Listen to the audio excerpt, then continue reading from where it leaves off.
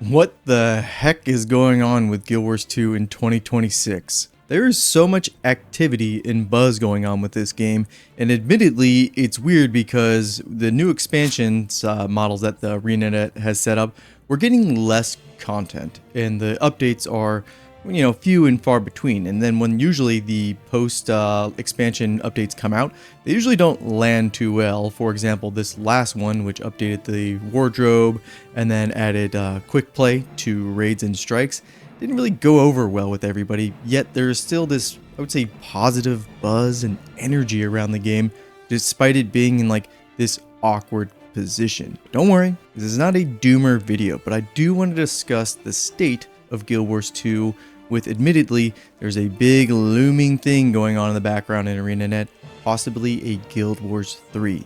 So what does that mean for Guild Wars 2 right now? Alright y'all, welcome back to the channel. This is mostly going to be a discussion based video where, again, I want to talk about the state of Guild Wars 2 in 2026 because I think this is undoubtedly one of the best MMOs out there. And I think the choices the developers made as far as making the character progression mostly horizontal is really paying dividends, and it really shows that this MMO can essentially, I don't want to say shut down, but go into a maintenance mode. And I think it would be completely fine as far as having an active player base. Obviously not going to be as active as a game that is getting updates, but there will be a community here once this game does stop receiving, I would say, major content updates. For example, look no further than Guild Wars 1. Even after content stopped for that game, there was always people still playing it. And Guild Wars 1 has been put in a state where, again, you won't have any trouble finding people who are playing the game once you get like to that end game state. And the game has been made so you can go through it by yourself and it's going to be completely fine. I love Guild Wars 1. I love the vibe of it. I love the way it plays. Much different than Guild Wars 2. But looking to see how Guild Wars 1 is still thriving. It's now getting updates, which means ArenaNet will not leave something like Guild Wars 2 in the dust. But I do think eventually Guild Wars 2 will stop receiving like major updates. I think it'll probably get like balance tweaks, maybe some sort of like current event system that'll continue to go on, because we do have current events in the game and they're smaller scale, I would say, like stories and quests where it's a lot of like text dialogue and there's not really any voice acting or cutscenes, but I think that would be completely fine as long as the rewards are good to keep an active player base. Not to mention just how Guild Wars 2 is very stacked as far as the end game, and with the scaling, you have like really unique gameplay features like world versus world, structured PvP, and then just the open world is huge. I think one of the things people really enjoy about MMOs is you get to play these like D&D style classes, Guardian, Warrior and such, but you get to play it in this big, vast open world to do lots of different things where you can play out this fantasy with a ton of other people as well. And that novelty alone, that's not going anywhere for Guild Wars 2. And circling back to the mostly horizontal character progression, all of the content that has been coming out post the initial launch, it's all just been stacking on top of itself. And it's all the materials, all the rewards, the collectibles. There's just so much there for people who just enjoy the gameplay, which Guild Wars 2's gameplay is phenomenal. And now they've added in that quick play functionality for fractals and then now strikes and raids, mostly just the strike side. Hopefully that they need to iron that out a little bit more, but it's in the game to funnel the player base into doing these activities for like just to expand the amount of rewards and the things that you can collect even further than just outside of like normal meta events and open world content. And the best word I think I'm looking for to describe Guild Wars 2 is, in all of its content, is like evergreen.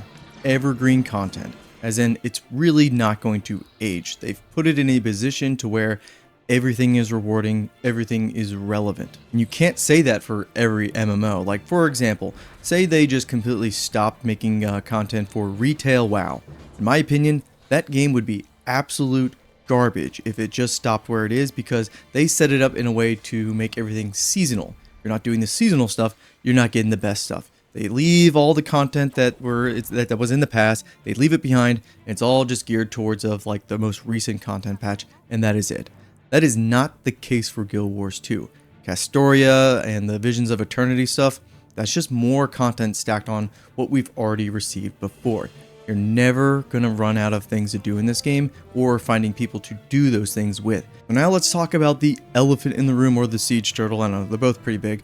Guild Wars 3, and what does that mean for Guild Wars 2? And why is there so much buzz with Guild Wars 2? Why is it so active? Why does it feel like the player base is spiking? And I think it is just that excitement for a sequel or whatever comes next from ArenaNet as far as the Guild Wars franchise. And they know that by playing Guild Wars 2, none of this stuff is going to be made irrelevant. The game is still going to be amazing all on its own, so might as well get invested into the world and what this game is about and what the developers are about, because Guild Wars ArenaNet, has always been about innovating and pushing the needle for the MMO genre. That's why there's such a huge difference between the playstyle of Guild Wars 1 to Guild Wars 2, but you can tell that they're made by the same developers. Just by like the philosophy they use while they develop the game, because these games can stand on their own, they don't need any more continued updates, and they're going to be great because they're quality through and through. Does that mean ArenaNet is perfect? No, they don't get everything right with the updates. There's been plenty of times where they've completely missed the mark. Maybe this last patch is an example of that, but it doesn't diminish from the whole package of this game. And I think a perfect way to actually sum this up is a little bit of a story time. I have two friends. One of them plays this game continually right now, is absolutely addicted. He's super fiend. He's in so many guilds. He's hunting down all these legendaries. He has more legendaries than me now, which I'm kind of upset about. But you know, legendaries are kind of they're an endeavor, that's for sure. But my other buddy, who does not play Guild Wars 2, has recently gotten into the game, and because the game, the free-to-play package with this game is phenomenal for letting people try out the game and basically get a feel for the entire experience. Anyways, just getting to like level 30, freaking hooked him. He now has every single expansion, even though he hasn't like gone through any of them, but he's going to chip away at them, and he's just loving just playing this game as far as the vast diversity and like all the professions. He hasn't even gotten into elite specs yet, but that should speak volumes for a game that came out a long time ago, that somebody who has been very, very much away from this sort of genre just comes in and is having a phenomenal time. This friend of mine essentially has no idea what the future updates for Guild Wars 2 are going to be. They have no idea that there hasn't been another expansion announced. I mentioned a little bit maybe there's going to be a Guild Wars 3 coming around, but he's willing to buy all the expansions and play them now because it's just a fun time. It's just a good game. And that's my story time. Thanks for listening. I actually feel like out of all the game systems that might suffer with Guild Wars 2 eventually when it goes into some sort of maintenance mode would be like structured PvP. But imagine this for world versus world, because right now you have the fluid like world matchmaking system. Eventually, maybe there will just be 3 servers, 3 dominant servers that are the only servers people are playing on. And man, that was going to be an absolute bloodbath, because that's going to be the most dedicated world versus world players that are never going to leave the game, because it's a game mode that not many other MMOs can like even pull off. Maybe ESO would be like our runner-up for that, but I don't think ESO plays nearly as well as Guild Wars 2 does. But anyways, that was just like a funny thought that I had. I'm like, man, that's gonna be really cool to see in like 10 years down the line or something like that. So if and when eventually a Guild Wars 3 comes out, will I still be playing Guild Wars 1 and Guild Wars 2? The answer is yes, for all the reasons that we've talked about in this video. And it is just the fact that these games are through and through quality products, really good just RPGs in general that you can play with, lots of people. But alright y'all, I think that's enough yapping for me. I really just wanted to make a video to wrap my head around the state of Guild Wars 2 and where I think it's going, and more importantly, when a Guild Wars 3 comes out, what does that mean for Guild Wars 2? Am I going to still be playing it? And the answer is yes, still play Guild Wars 1. Another good example of a game that kind of had a sequel trilogy, or a sequel, is Destiny 2. You can still go back and play Destiny 1, and Destiny 1 on its own as a game is really fun to play still, actually, and there's an active community in that game, even though it receives 0 updates.